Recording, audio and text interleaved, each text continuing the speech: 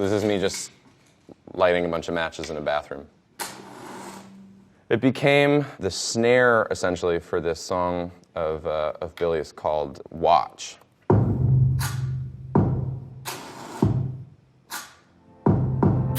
If we were meant to be, we would have been by now.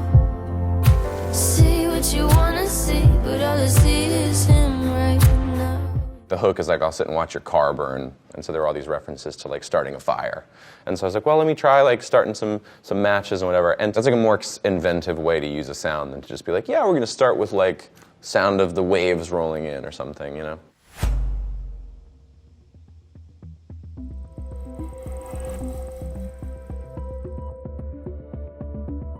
What do you want from me? Why don't you run from me? What are you wondering? What do you... I think the most pivotal creative decision we made when we were working on When We All Fall Asleep, Where Do We Go, was the tonal structure of everything shifted from where we had been thus far into a kind of a more violent space. It's like all of the percussion in Bury a Friend,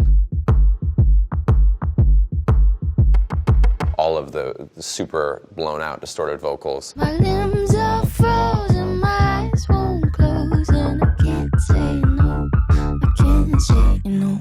The crazy like alarm sound at the end of that song. Bury a friend, I wanna end me. They're all sounds that are like kind of jarring, kind of unpleasant, a little bit ominous. Wow.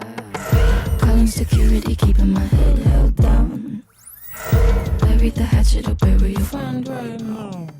Tell me love is endless, don't be. There's like a really intense like bass drop synth in the middle of the song Listen that I think like is so at odds with everything else about the song Listen, because that song was just really pretty.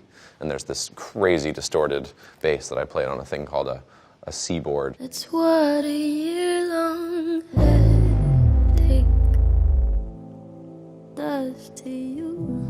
I think that was probably the biggest shift from wherever we had been before, was these really dark textures and dark sounds. It's not true. Tell me I've been... I Love You was another song that was written prior to being recorded. So the whole second verse of that song is about sitting on the tarmac on a plane. You know when you press like the button on the roof of the airplane to like summon a flight attendant and it goes like doom goom? I took that and I pitch shifted it into like all of the different chords in the second verse, so it followed every chord. Up all night on another red eye. So you're a tough guy, like you really rough guy. Just can't get enough guy, just always so puff guy. The sort of greatest challenge of that song was not overthinking it. I did overthink it and then just had to remove everything I overthought about it. I thought I was like blowing it by having like an instrumental post-chorus like that.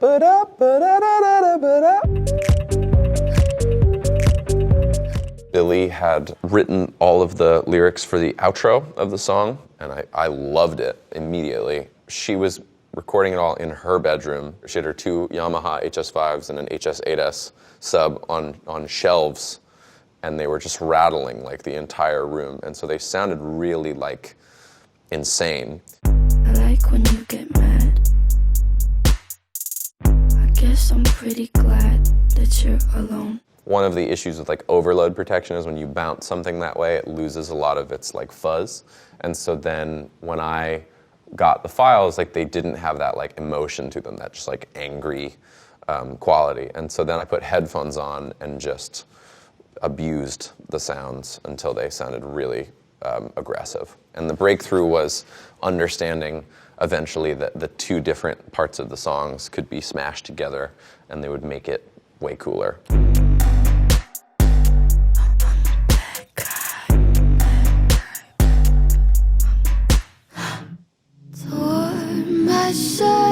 To stop you bleeding.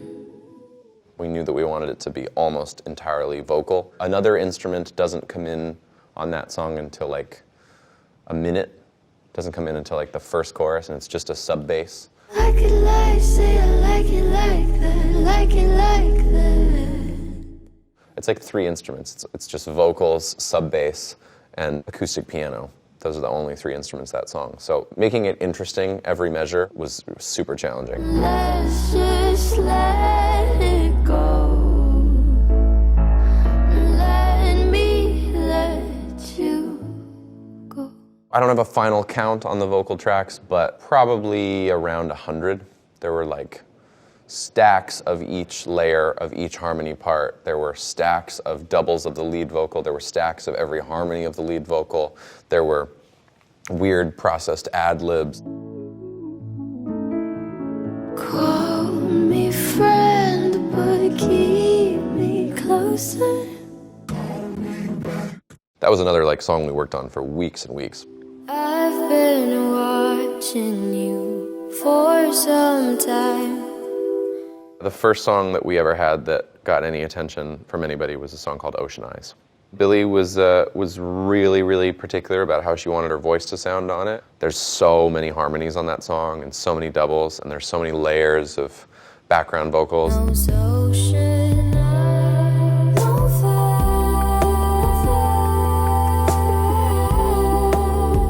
Normally, you can knock out an entire song's worth of vocals in like 6 hours. I think we recorded vocals for something like 7 days on that song. I thought she sounded great the whole time. She just was like, I know exactly how I want this line to sound, and she wouldn't stop until she got it to sound exactly how she wanted it.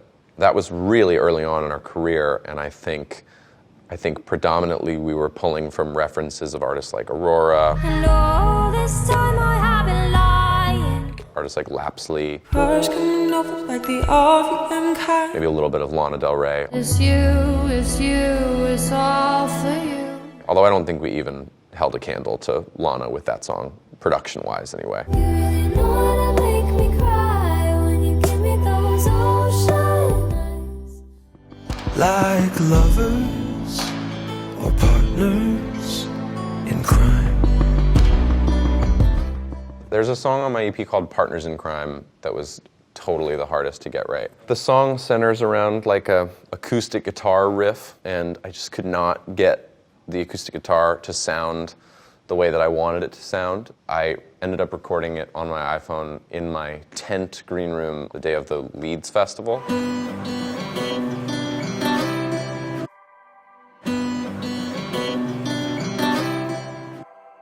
And so you can hear like a crowd of like 40,000 just sort of out in the festival waiting for Stormzy or somebody to go on. And it's just me playing acoustic guitar.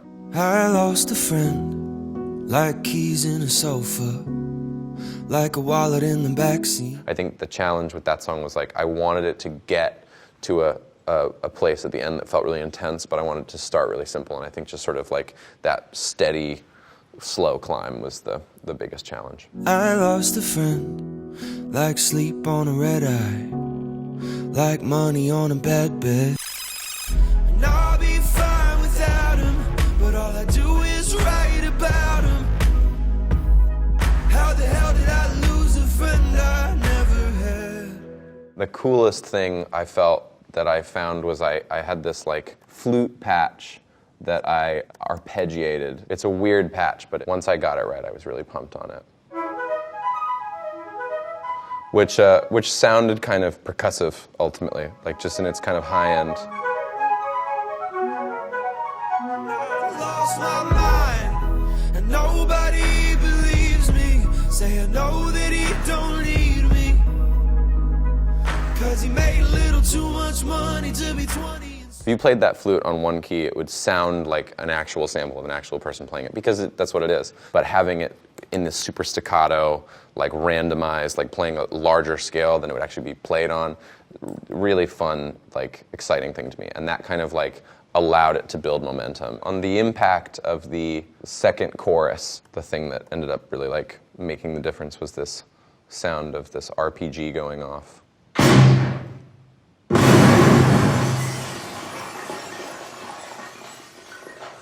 That textural sound of like all the glass breaking to me is like so much more interesting than like a crash on a cymbal. And I lost my mind, and nobody believes me. Say I know that he don't. There's nowhere else that I'd rather be than with you. I recorded the demo on like a really plunky synthesizer. I liked the dum dum dum bum bum bum bum bum bum bum bum bum. And it just didn't work on the synth that I had it on. It ended up not working on acoustic guitar unless I played all of the notes like super high on the neck and then isolated them all and then loaded them as samples onto a keyboard and then played it as a keyboard. There's no one else could ever hold me like you do. And the chorus is really simple on Shelter. The chorus is just gimme, gimme shelter. And to me, like, the exciting part is just the three-part layering of vocals on there. Gimme shelter from the storm. Gimme shelter. Keep me warm. There's also like a harmony part on the word lucky in that song that makes it like much more interesting. They call us lucky, but I think we might be cursed. To me, like, harmony is like as big a component as like any instrument might be to like really fill out a recording. Let's fall in love for the night and forget in the morning. I liked it at this really slow tempo, and I also liked it with a kind of a backbeat and this sort of like Gorillaz Feel Good Inc. rhythm running through it. I love it when you talk that nerdy shit. Windmill for the land is every. We're in our 20s talking 30s shit. One of the things that I always try to do in my production is help articulate shifts in certain ways. So I really wanted the moment where the drums break in and the bass breaks in to feel sort of enhanced and accentuated, and I felt the easiest way to do that was to muffle all of the high end out of the intro and then to like just like pump into like a hi-fi feeling with like the drums and the bass. I know better than to call you mine. You need to pick me up. I'll be there in 25. The other good example I could give is that the same kind of effect that happens on the beginning of Mr. Brightside by the Killers. And in that one they use panning in a really interesting way. They have the guitar hard pan and the drums hard pan and the vocal is really muffled. Coming out of my cage and I've been doing just fine. Gotta be down because I want it all. And then when the second part of the first verse comes in, it all like busts out into like, you know, a million hertz. It started out with a kiss, how did it end up like this? It was only a kiss, it was only a kiss. Now I'm falling asleep and she's calling a cab. It's probably the primary inspiration. At the end of the track, when the drums and the bass cut out and it just goes to only acoustic guitar and only my vocal, I wanted to sort of keep some ear candy in, and so I layered in this recording of like frogs and crickets in like a field up in Northern California. I know better than to ever call you mine. The challenge was just like being willing to abandon ship at the end of the song and have the last 45 seconds be like a live take, which is kind of risky because sometimes you can lose like a lot of momentum. But I felt that in that song's case, it needed to have this like super different feeling for the last 45 seconds. I needed to hate you to love me, yeah. To love, yeah. I got sent a version of the song produced by Mattman and Robin, who are producers I've admired for a long time. And so a lot of what I did on the Selena track was add these kind of like wind tones that you hear if you listen to that song. In the thick of healing, yeah. We'd always go into it blindly. All the weird like shimmery textural sounds were me, and then a couple of the synths were me. There's like a crazy sort of like sound that goes into the very last chorus of the song that I felt really proud of. I felt like it didn't have a transition moment until I did that, so I was pumped on that.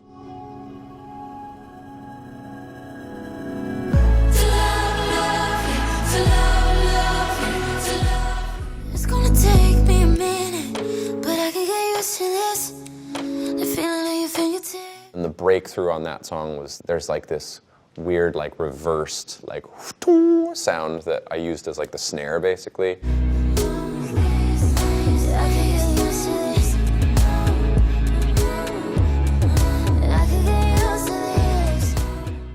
I recorded the sound, bounced the sound, reversed it, and then had the reversed part of it lead into it every time. So each time it goes shtung, shtung. And I think just like that kind of like lurching motion that it makes you feel helped me know where everything else would go production-wise.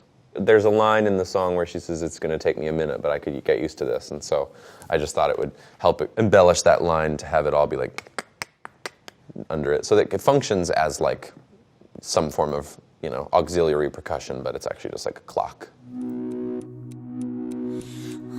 It's gonna take me a minute.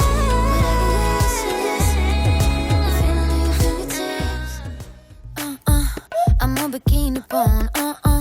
Laying out in the sun. Oh, I got those marks on. I got sent a really simple, bare demo of that song, which is definitely just the writing demo, and it was just about like really getting that song production-wise to a place where everybody was like, yeah, this is where it needs to be. There's a really like incessant like vocal sort of like whoop in the song that like plays a really big role.